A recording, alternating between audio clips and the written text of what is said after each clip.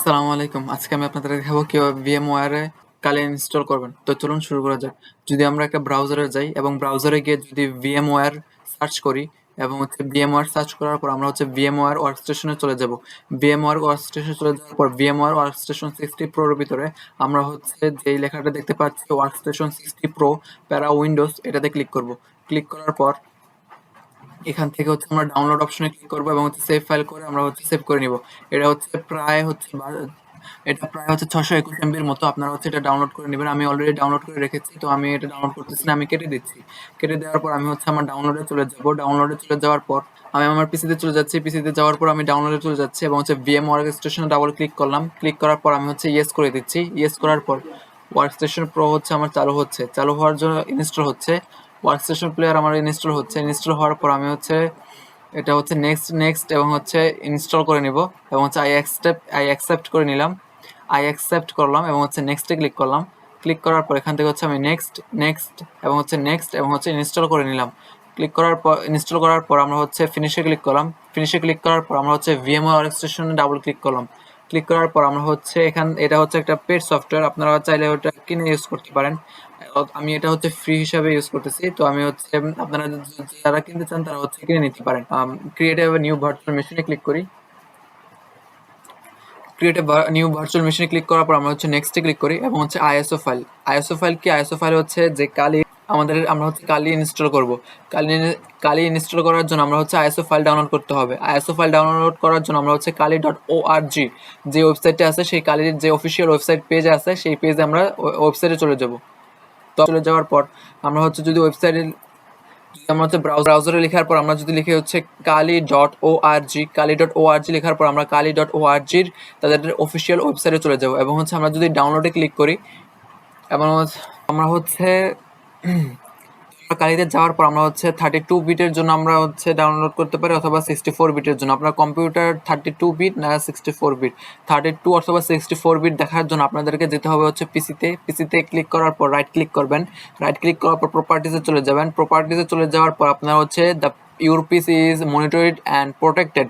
আপনারা এখানে আপনাদের পেয়ে যাবেন ডিভাইস স্পেসিফিকেশন এবং ডিভাইস নেম, প্রসেসর পেয়ে যাবেন এবং আপনারা একটু সিস্টেম টাইপে যদি দেখেন, সিস্টেম টাইপে দেওয়া আছে 64 বিট অপারেটিং সিস্টেম। তো আপনার যদি 32 বিটের অপারেটিং সিস্টেম হয় তাহলে 32 বিটের অপারেটিং সিস্টেমের জন্য kali.org নামাতে হবে, আইএসও ফাইল নামাতে হবে। তো আমরা দেখে নিলাম আমাদের কম্পিউটার 64 বিট, তাহলে আমরা 64 বিট ডাউনলোড করব।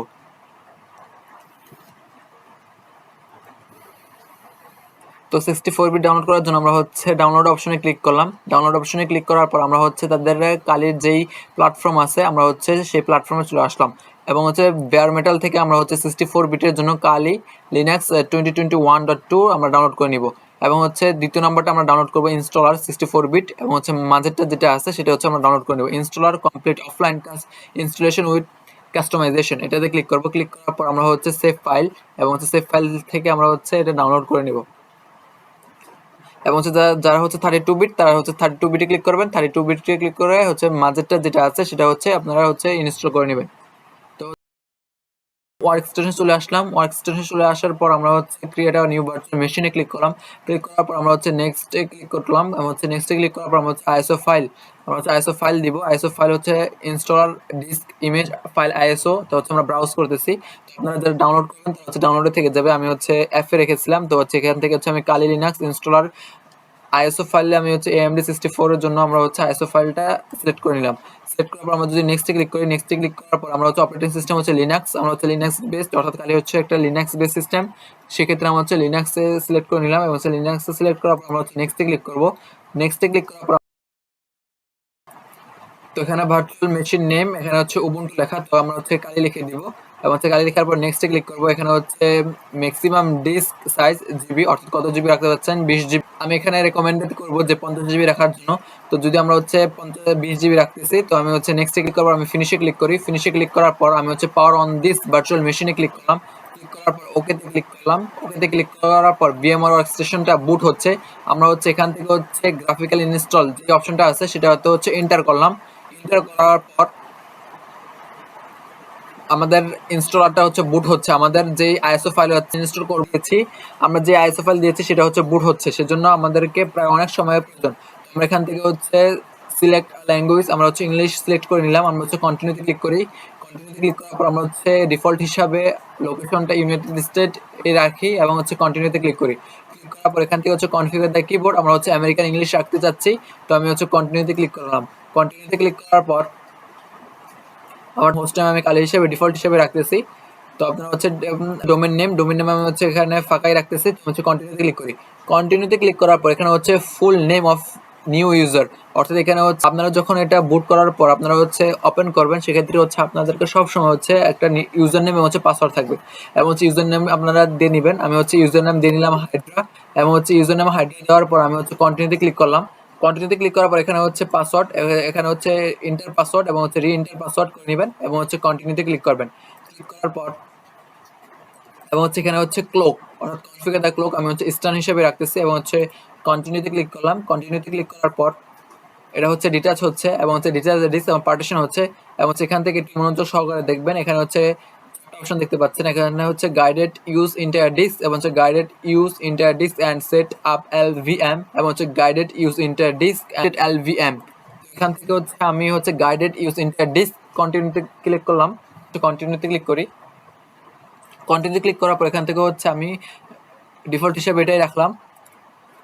ডিফল্ট হিসেবে এটা রাখার পর আমি এখানে হচ্ছে all file in one partition recommended for new user, আমি এটাতে ডিফল্ট হিসাবে কন্টিনিউতে ক্লিক করতেছি। কন্টিনিউতে ক্লিক করার পর এখান থেকে হচ্ছে ফিনিশ, এখান থেকে আমি finish partitioning and right changes this click করার পর আমি কন্টিনিউতে ক্লিক করতেছি। কন্টিনিউতে ক্লিক করার পর এখান থেকে হচ্ছে আমি ইয়েস করে নিই। ইয়েস করে নিয়ে কন্টিনিউতে ক্লিক করলাম। ক্লিক করার পর এখানে প্রচুর হিউজ পরিমাণে একটা সময় লাগবে। তো এটা হচ্ছে আপনাদের অনেক সময় লাগবে, প্রায় আধা ঘন্টা, আমার ক্ষেত্রে আধা ঘন্টা সময় লেগেছে। এবং হচ্ছে এখানে আমি কন্টিনিউ ডিফল্ট হিসাবে রাখতেছি এবং ডিফল্ট হিসাবে সফটওয়্যার সিলেকশনগুলো আমি হচ্ছে ডিফল্ট হিসাবে রাখতেছি এবং হচ্ছে কন্টিনিউতে ক্লিক করতেছি। কন্টিনিউতে ক্লিক করার পর এটাতে প্রায় প্রচুর সময় নেবে, আপনাদের হিউজ পরিমাণ সময় নেবে, প্রায় হচ্ছে আধা ঘন্টা সময়। ইনস্টলিং গ্রুপ বুট লোডার হচ্ছে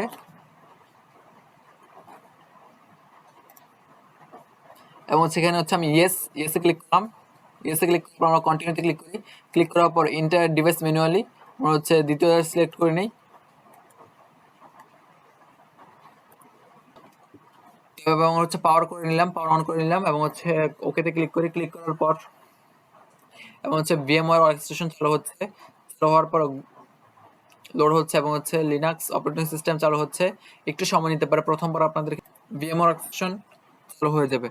এক্ষেত্রে আমি হচ্ছে কালিতে ক্লিক করলাম, তারপর হচ্ছে রিজিউম দ্য ভার্চুয়াল মেশিনে ক্লিক করি। আমি হচ্ছে ওকেতে ক্লিক করি। ক্লিক করার পর আমরা হচ্ছে vmware ওয়ার্কস্টেশন চালু হচ্ছে। এখানে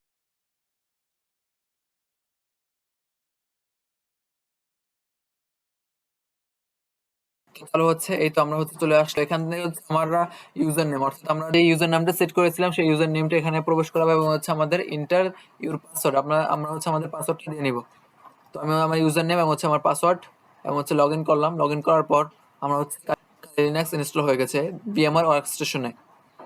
তো এখান থেকে হচ্ছে আমরা টার্মিনাল পেয়ে যাবো। অ্যাপ্লিকেশনে গেলে আমরা যদি টার্মিনাল লিখে সার্চ করি। তো আজ এই পর্যন্তই, ধন্যবাদ।